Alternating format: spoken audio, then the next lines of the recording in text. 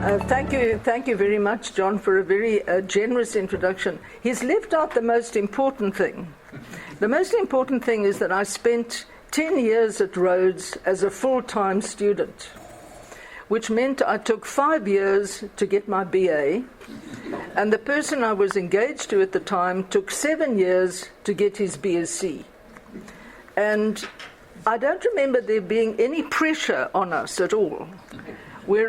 So of course it was a comment on white privilege, because Rhodes in those days was a totally white institution. But they were very happy years, and my claim to fame during those years was that I was Rhodes ladies golf champion 3 years running. And I'm delighted to be back. And thank you to all of you for coming. And there are lots of people in this room, or several, who I would like to thank, because they contributed substantially to this book. But there's one person I want to name in particular, and that is someone whom you know to be a brilliant teacher and scholar. But I also want to claim him, Professor Melvin van Wyk Smith, as a brilliant editor, because the pile of paper which I originally gave to him to read, which I would not dignify by calling a manuscript, would never have reached publication if it wasn't for his patience and insight and generosity. Okay. What the book tries to do is show how the ravages of the past are congealed in the present. And it does so through focusing on 3 moments in the history of this little river. And firstly, the battle which was fought, that you all know of, part of it, the decisive part was fought on the main tributary of the Kowie, the Witwatersrand River, in 1819. Secondly, there was the harbour established at the river mouth. And lastly, the marina, which was supposed to have brought development to the little town of Port Alfred. And in each case, I tried to show how the damage that was done in the name of development was done both to nature and to people. And in doing so, I'm trying to make a link between social and environmental justice. But first, something about the title. The Kowie in traditional Xhosa cosmology is a sacred river, and partly because of the deep pools which provide access to the ancestors and which play an important part in the calling and initiation of diviner healers. This is such a sacred pool, which many of you know. It's at the confluence of the Kowie and the Lushington rivers, and to the right is an otter holt, which is especially significant because otters, as well as leghorns, are the favoured messengers of the ancestors. But I also have a personal connection with the river through a great aunt who was a significant feature in my childhood, even though there were 90 years between us, and I talk quite a lot about her in the book. As regards the title, I'm also trying to raise some complex questions by calling the book a biography of a river, when people usually only refer to biographies in individual terms. And I'll end by referring to the current debate about the so-called rights of nature, including rivers, which I think raises important and difficult questions about the place of the human species in our world at this particular moment. Okay. So, as you know, the Kowie River runs exactly through the centre of what used to be known as the Zuurveld, originally the area between the Fish and the Bushman's rivers, which was later, the boundary being later extended to the Sundays. And this is the area where the Xhosa were dispossessed of their land and livelihoods. And the important thing to stress, which again I think you know, is that this is a pattern. The pattern whereby the Xhosa were defeated and absorbed into the settler colonial economy as a source of cheap labour has continued, as the majority of the African population of the area still do not own the land on which they live, and many are denied the means to a dignified and productive life. And the area of the Zuurveld, now known as Nlambi, is one of the poorest parts of South Africa. But the first moment in this history that I'll point to briefly is the mass removal which provided the impetus for the Battle of Grahamstown, which was a battle all about land, the critical productive resource on which the Xhosa depended. As you know, in 1811, the new British governor ordered John Graham to expel all the Xhosa living west of the Fish River in the Zuurveld, and to do so by instilling, in his words, a proper degree of terror. And Graham himself said, "My intention is to attack the savages in a way which I hope will leave a lasting impression on their memories." And he achieved this by what I call a form of ecocidal genocide. It involved setting fire to the Xhosa staple crops of sorghum, maize and pumpkin just as they were ripening and ready to be harvested, seizing their cattle, emptying their corn bins and burning their homes. So on the 14th of January 1812, there were some 20,000 Xhosa women, men and children who made the long journey to cross the Fish River. Stragglers were shot, and many of them, including Chief Nlambi himself, would have waded across the Kowie River en route. Now, one respected English historian has described this as a superbly executed campaign, unquote. It was a scorched earth policy, and the burning of the crops and attacks on the roots of the Xhosa economy was a feature of all subsequent frontier wars. And in one of the later wars, it was even suggested that destroying crops was not enough. It should also involve imprisoning the Xhosa women who were responsible for cultivation. The 1812 expulsion was one factor, of course, but an important one leading up to the Battle of Grahamstown, and it's going to be interesting to see how that event is marked, after which the colonial authorities executed their plan for 4,000 settlers to be brought in to constitute a buffer to stabilize the colonial frontier. And one of these settlers was my great-great-grandfather, William Cock.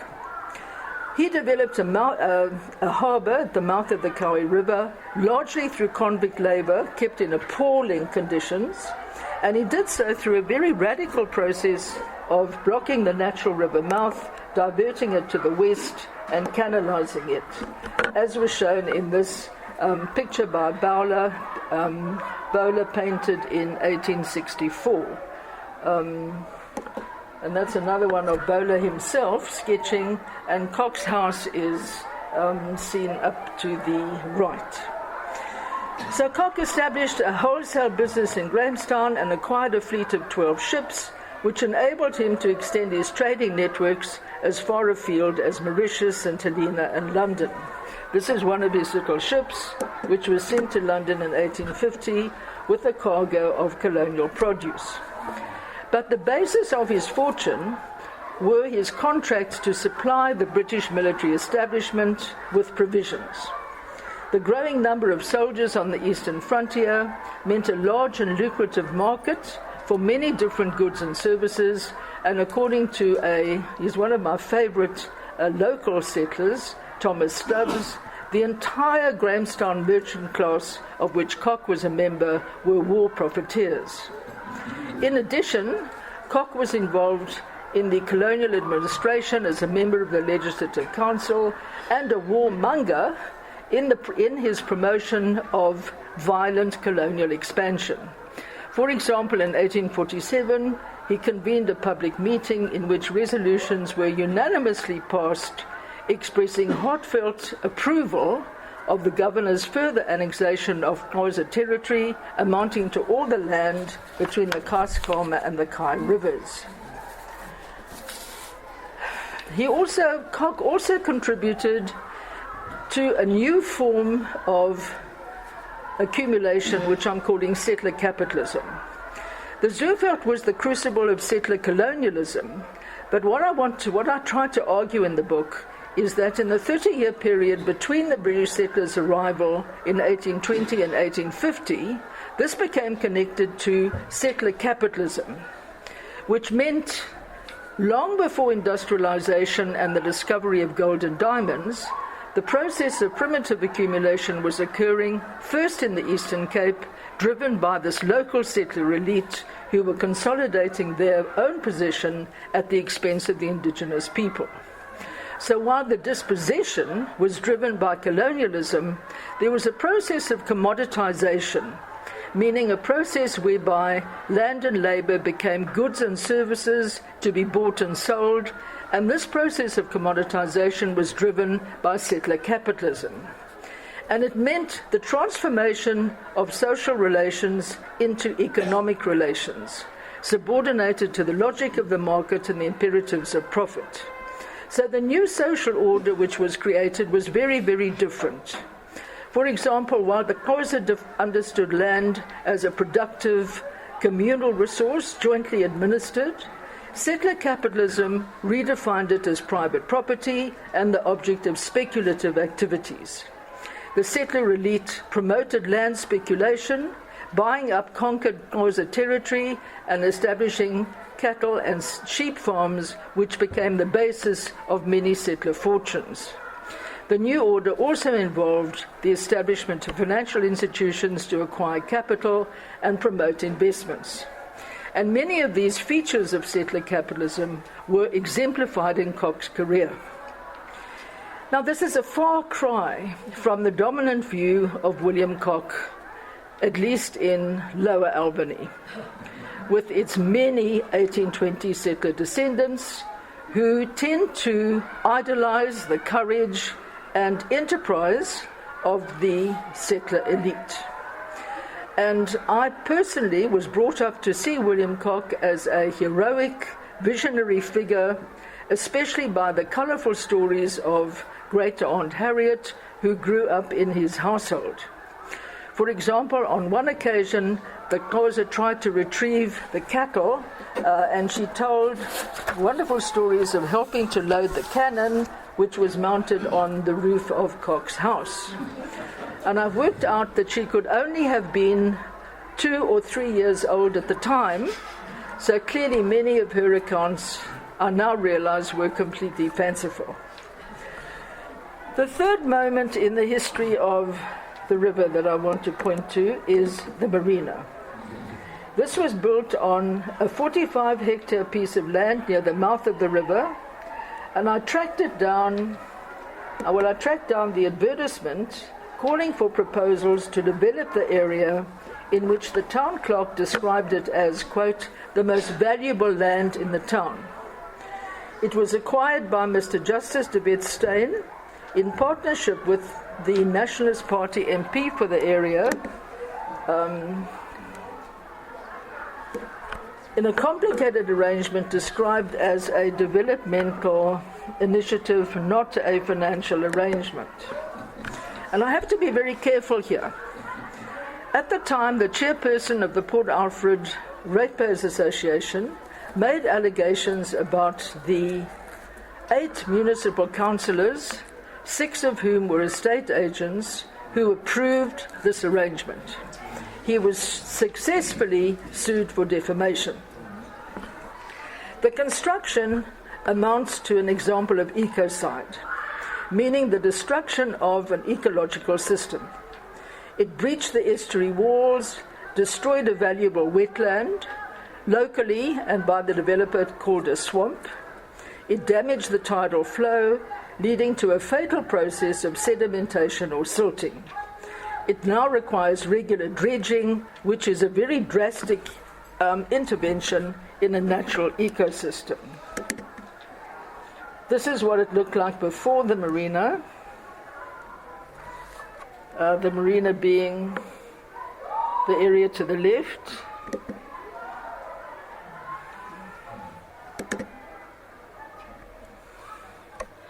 It's an elite development with houses costing an average of 4 million, with some at about 13 million.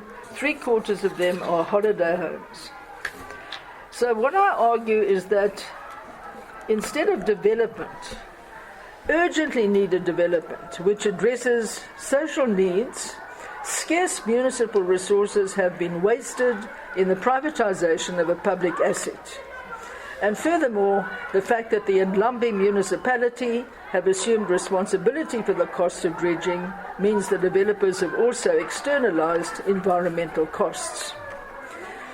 There's a line of continuity, the book tries to argue, between the harbour to the marina.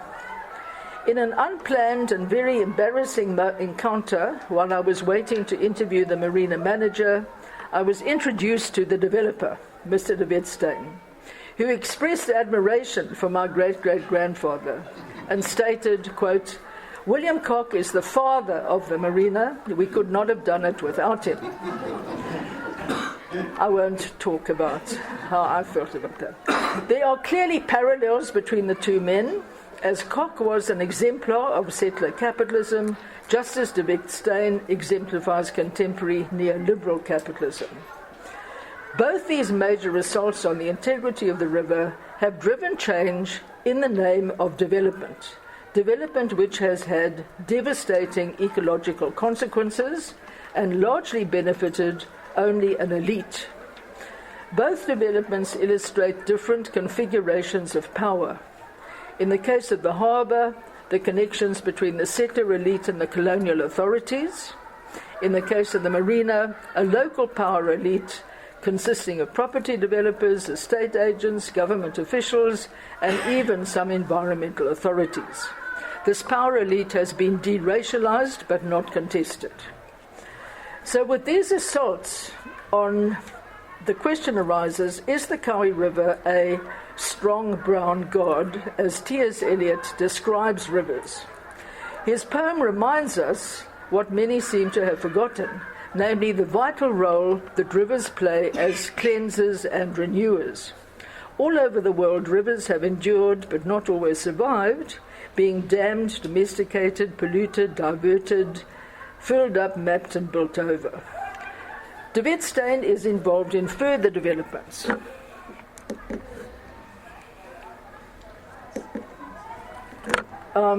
This is again what the area used to look like, that is now a development called the Riverside View Estate.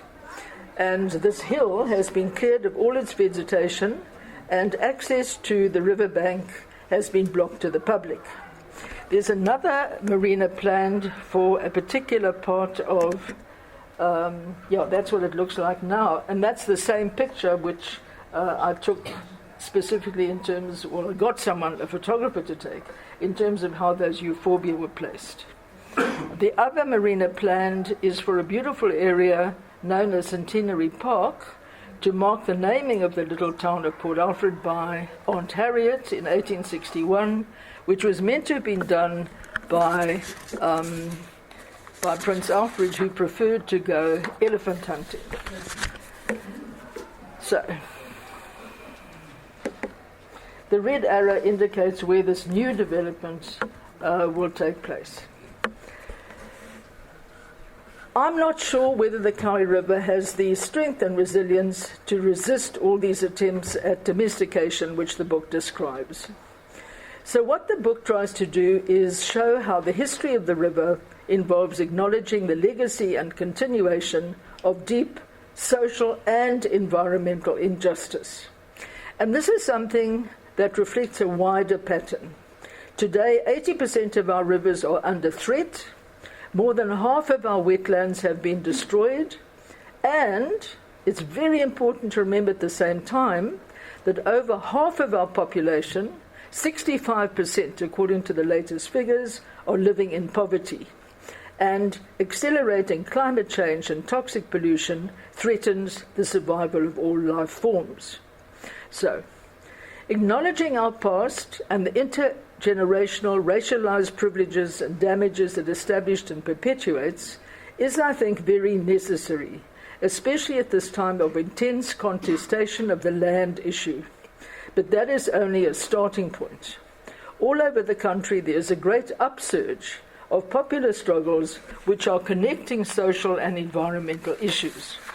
But that also is something of a starting point.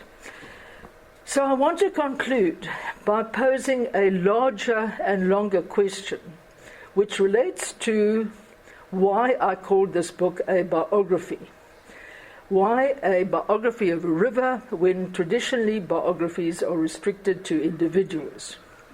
And it relates to a question about the place of the human species in our ecological community.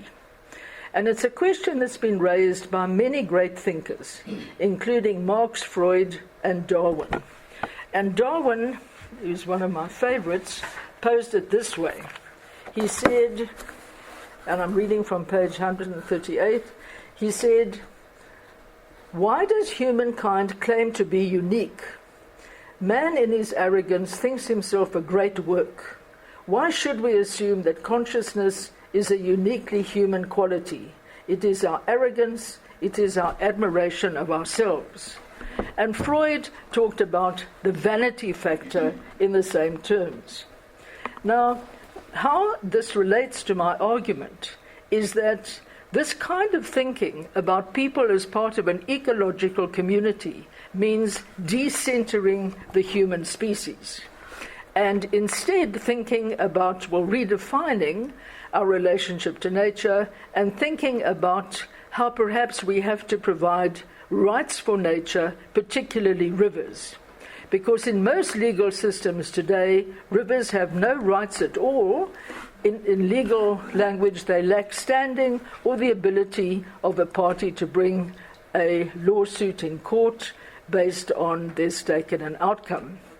But in 1972, a legal scholar in America, Christopher Stone, argues that rivers, trees, and other objects of nature do have rights and that these should be protected by granting legal standing to guardians of these voiceless entities of nature, much as the rights of children are protected by legal guardians designed for this purpose.